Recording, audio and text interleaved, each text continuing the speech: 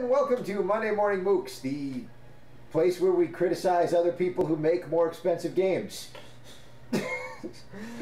Alright, when we last left our hero, he was following the arrow to advance the story. And Michael figured out how to use the stop timer so we don't just randomly guess on when our episodes have gone too long. Alright, so, let's see. Alright, so move the camera about so you get to look at the... Yeah, this seems very, very standard. Alright, so we were talking about the combat in this game. We tried to talk about the combat in this game, but there was so little of it that mostly we're just making fun of stupid names and horrific English accents, which I thoroughly approve of, mind you, so don't go back to that Japanese voices thing. Alright, fair enough. But, like, alright, I'm going to say this, and, you know, we could play as we go with this. I'm going to say this. This is fucking tutorials. Yeah, alright. If this game is going to force us to focus on the story and character development, I've got something, like, this is the thing that bugs the hell out of me. Well, oh, caterpillar syrup, that's nice. This bugs the hell out of me. Oh, nice. Hold on. That is the best jump animation. Ha!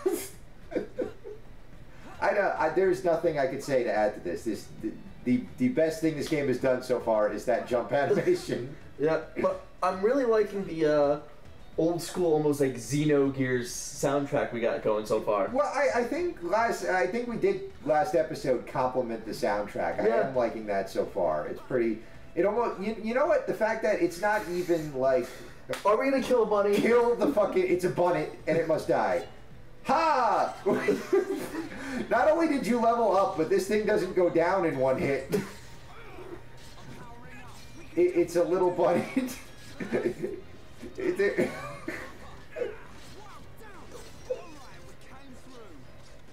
Yeah, Steve. Focus. Focus. You know what? Alright, sure, why not? But anyway, so I was making a point. We keep on promising ourselves that we're going to talk more about game design than they do in Game Grumps, rather than just like laughing at fart noises. Which again, I think I mentioned last episode, I approve of. But like, we're trying to be more design-centric here. So like, this is something that bothers me about JRPGs. I have no problem with stock characters in video games. And just so like, to explain the terminology, stock characters... Like, you see it all the time in pretty much every genre of art that involves a narrative. You got books, movies, anything like that. It's a character that you instantly, there's no development needed, there's no backstory needed. You instantly know what they're about. Like, you could throw King Arthur into a movie and he's not the main character, so you don't really have to talk about him. Everyone just sort of knows who King Arthur is, like you know what you're getting. Or like any Steven Seagal character, even though they have different names, you know exactly what he is. And like, the point of using stock characters is that it's shorthand, right? Like, you know what you're getting with this character. There doesn't need to be any character development or backstory provided, because that's not the point. Like, when you're using a stock character, a character that you've seen a million times before, and you don't really need to pay attention to his arc, that's normally the way of the game telling you, like, okay, this isn't the point. Like Ninja Gaiden and Ninja Gaiden 2, like the Xbox versions, brilliant games. Brilliant games. But, you know, no one's going to accuse the character of Ryu Hayabusa, also known as Ninja Gaiden, of having any personality. But, like, that's sort of the point of the game. The point of the game is to just, like, slaughter ninja by the thousands and get, like, a nice adrenaline dump because the game's really hard doing it. So, like, it's good to use a stock character because they're telling you, don't pay attention to the story. That, like, that's not what this is about. Like, that's their way of telling you that, and that's cool. JRPGs almost exclusively use stock characters. Like, every character you have seen before. You know, like, the plucky young guy who has some kind of talent and, like, his main thing is that he wants to be stronger or get better at his talent. And, like, you know... He has the best friend who, like, eventually betrays him or something like that happens. Or dies. Betrays or dies. Those are the two options. But, like, every character in JRPGs, like, not all JRPGs, like, it's a big genre, but, like, for the vast majority, uses stock characters. But then, like, the focus isn't on the gameplay. They have these really long cutscenes, so they're making you focus on the character arcs when there isn't anything new to them. And that's, I think, why I have such a negative opinion of most not all. I could give plenty of exceptions right now of like good JRPGs, but that's what drives me crazy about most JRPGs. Like I already know 90% of what's going to happen with this one character. What is our main character's name? Is it Shulk? Shulk's the other one, right? Oh, let's see. Okay, let's find out. Oh no, he's Shulk and he's Ren. All right, that screws it up because Shulk, like that's the fan name for She-Hulk, so I expect the big person to be Shulk. But no, he's Ren. Ren. He just, you know what? It's a fantasy setting. Everyone has to have Y's in their name. But yeah, so that's something that drives me nuts about Colony Cuffs. I don't know, for some reason I just really like that. Well, I mean, you know, you could like. You know what JRPG I enjoyed. Speaking of Colony Cuffs and weapons with funny names, and it's not really an RPG; it's a tactics RPG. The Disgaea series, for the most part. Like now it's a series of 4 games. Oops. Some are better than others. Whoops! I keep hitting the wrong button there. There's a story memo button that you could accidentally hit, just as to stifle the action even more. No. I mean that was just me being an idiot, to be honest. Okay. But yeah, like I loved the Disgaea series because, like, all right, they had all the same tropes as every other JRPG, but they made it clever by making it self-aware. Like, they made me like those characters, even though they were stock characters, because they sort of understood that they were stock characters and had fun with it. Like, I think that's what's really missing from JRPG storylines for the most part. Fun. Yeah, no, I'm going to agree with you on that one. Way too many JRPGs take themselves too seriously. You know, that being said, like, just full disclosure, we both liked, and there's no reason for it, because it does everything that I complain about. I also love this guy's run animation. His knees are so high, it's like he's in a marching band. I just got a prairie dragonfly. Oh, good. But yeah, like, so we both actually liked, even though by all ways that you could measure it, the story was terrible, we both liked Xenosaga. Yeah, I'll say episode 1 I enjoyed. Perhaps it wasn't the most fun game, but it was definitely interesting. Like, here's the thing, it has everything that we both complain about in that game. It's the combat is terrible, common caterpillar. I just love that you're beating on these defenseless creatures who don't attack you.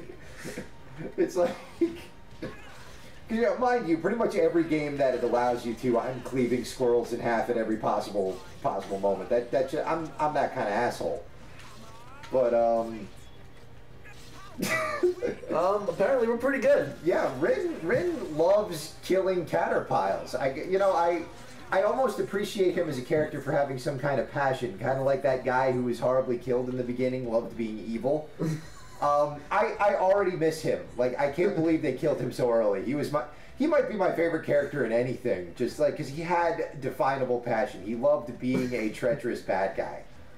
Well, if this is a JRPG, he might return as a mechanized... Yeah, he might come back as half robot. I'm not ruling that out. But yeah, like, Xenosaga had everything we complain about, but like its visual style, like the fact that it was like 1 part Technoman, 1 part horrible half chibi anime. Its visual style and it's like the storytelling style was so charming, just because it turned everything up to 11. It's kind of like, I mean, I feel like it does have that same. Even though it took itself more seriously than, let's say, as you mentioned, a Ninja Gaiden, yeah, it was so far and beyond ridiculous, is what made it, like, it delved into, like, it went beyond hyperbole. And, you know, the thing that's great about this is just how it made no excuses. Yeah. Like, it didn't apologize. Like, something that... Okay, like, this is an example that is going to get me flamed to crap on the internet, but it's like, I say this about The Hunger Games versus Twilight. Alright, two very popular young adult novels that I am far too old to have read. but I did anyway because I always try to read anything that makes $1 billion just to figure out why it's so popular. And like, obviously, I will not be the first one to say that like Twilight was poorly written. I don't think that's a bold statement. But like, I considered, like, something always bothered me about the Hunger Games reading it because it was so like I said, it was like someone made a computer program that could emulate a human writer. Like, everything about it was technically competent, but there was just no artistic flair to what was being done whatsoever. It really felt soulless. It felt like a robot was writing this, right? Like a robot that knew like all the like, you programmed all the techniques, but it didn't have any soul to it. And I realized what bothered me. It wasn't brave enough to suck. Like, it had to do everything exactly technically competent. Whereas Twilight was terrible, but it never apologized. It was always, this is pornography for 13-year-old girls who are deeply disturbed. And it never apologized for that. And I felt like it was brave enough to be terrible. And I have sort of an odd respect for that. And that same respect, to me, made the other Xeno games very charming. They never once apologized to me. Yeah. Like, they're like, listen, you're going to get a big old dose of everything you hate about anime, and it's going to be so concentrated that you're going to like it. It's like Lordy is to metal. Yeah. I mean, I'll admit, like, so the first game wasn't necessarily, like, the gameplay wasn't bad, but it felt so incredibly mundane. Yeah, everything was so boring in the combat of that game. Like, you just sort of wanted to skip ahead. Yeah, and it almost like made you feel compelled to continue along with the storyline because the storyline was so above and beyond ridiculous. It kind of made you. Yeah. Wait, did I just get an item? You got like a dozen items. I know. I feel like this is one of those games that hands out items so freely that you don't necessarily need to upgrade every time you pick up something new. Well, let's see. Let's see if there's an appreciable difference in numbers between your junk sword. Oh wait, all those appear to be for Rin instead of She-Hulk.